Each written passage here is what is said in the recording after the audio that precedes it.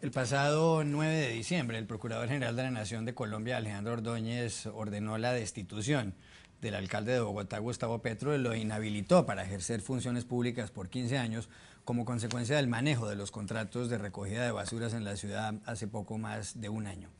Petro vino a la ciudad de Washington y acudió ante la Comisión Interamericana de los Derechos Humanos para pedirle que le otorgue medidas cautelares e impida que sea destituido. Ahora, en las últimas horas, han llegado a Washington algunos dirigentes colombianos muy representativos a traer una carta firmada por alrededor de 30 personalidades del país, entre ellos Rafael Nieto Navia, que fue presidente de la Corte Interamericana de los Derechos Humanos, Guillermo Perry, exministro, Rodrigo Noguera, el rector de la Universidad Sergio Arboleda de Bogotá, y Clara Inés Vargas, la expresidenta de la Corte Constitucional. Y en esa carta defienden la legalidad de los actos del Procurador General de la Nación. Aquí están tres de las personas que apoyan esa carta. En primer lugar, el exministro y exalcalde de Bogotá, Jaime Castro. Doctor Castro, bienvenido. Gracias, Juan Carlos. Marcela Prieto, directora del Instituto de Ciencia Política, una entidad de la sociedad civil, una entidad independiente. Bienvenida también.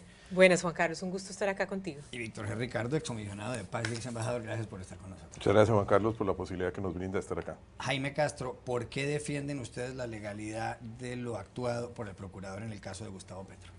De acuerdo con el estado actual del proceso, no es el momento en el que deba defenderse la legalidad de la decisión tomada por el Procurador General, porque ahora lo que está sobre el tapete son las llamadas medidas cautelares.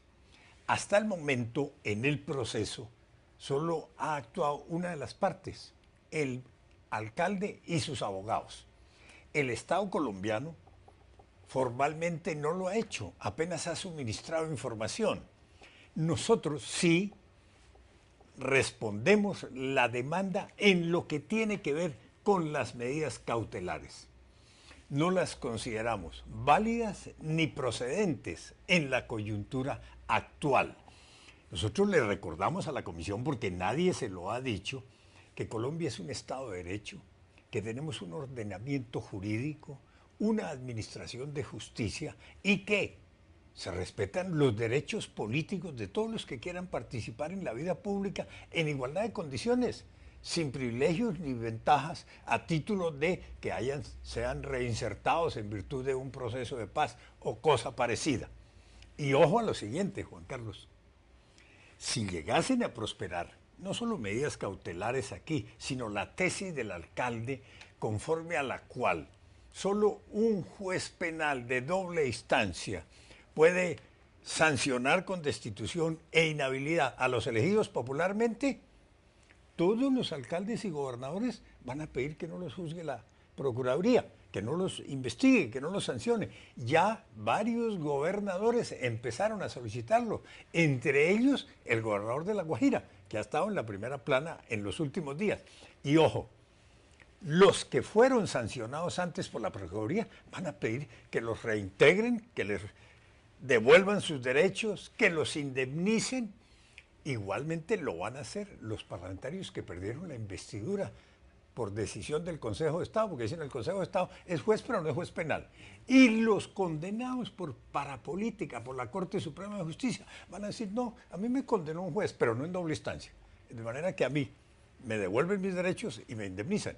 Es decir, sería el desbarajuste institucional para el país. Por eso, en el bien improbable caso de que la Comisión decretase medidas cautelares, yo creo que el Estado colombiano va a preguntarle a la Corte, a la instancia superior, si está de acuerdo o no con esas medidas cautelares o provisionales. Marcela Prieto, ¿cuál es su análisis de esta actuación del procurador? Pues lo que nos motivó a nosotros, desde la sociedad civil, a aglutinar, a invitar a diferentes personalidades que en su momento fueron destacadas porque estuvieron en el sector público o porque fueron parte de la rama judicial o porque tuvieron algún tipo de protagonismo, bien sea pública o privada. Era precisamente Juan Carlos, el del respeto al Estado de Derecho, a las instituciones. Esto no es una defensa del procurador, esto no es ir en contra del doctor Petro, esto es la defensa de las instituciones colombianas. Hay una sentencia unificatoria de la Corte Suprema de Justicia, hay un código disciplinario único, Es decir, no podemos navegar en un escenario donde aparentemente hay ambigüedad en las reglas de juego, porque lo que hay es claridad. Y lo que se está jugando desde la contraparte es que haya esa ambigüedad. Aquí entonces, el Instituto de Ciencia Política ha querido liderar este proceso, al cual se han sumado fácilmente personas que le han aportado mucho al país, y empezando por el doctor Rafael Nieto Navia, quien fuera, como tú bien lo has dicho, presidente de la Comisión Interamericana. Entonces, este no es un proceso político, es estrictamente jurídico. Y el documento que nosotros queremos presentar ante la comisión es eso, Juan Carlos. Y entonces, yo creo que para concluir y darle la palabra a Víctor G. Ricardo, cuando se quiere la paz en un país, hay un principio sine qua non, y es el respeto al Estado de Derecho. El alcalde Gustavo Petro ha dicho, doctor Víctor G. Ricardo, que esto es un golpe de Estado contra él, lo que ha hecho el procurador, y además argumenta que la decisión de la Procuraduría va en contravía de lo que establece la Convención Americana de los Derechos Humanos, en el sentido de que un funcionario, como el caso de Petro, a él solo le pueden quitar los derechos políticos tras un proceso penal, y Petro argumenta que el Procurador General de la Nación no es un juez penal. ¿Cuál es su punto de vista? A ver, Juan Carlos, yo creo que lo importante aquí, como decíamos, no es defender el procurador, es defender el Estado de Derecho.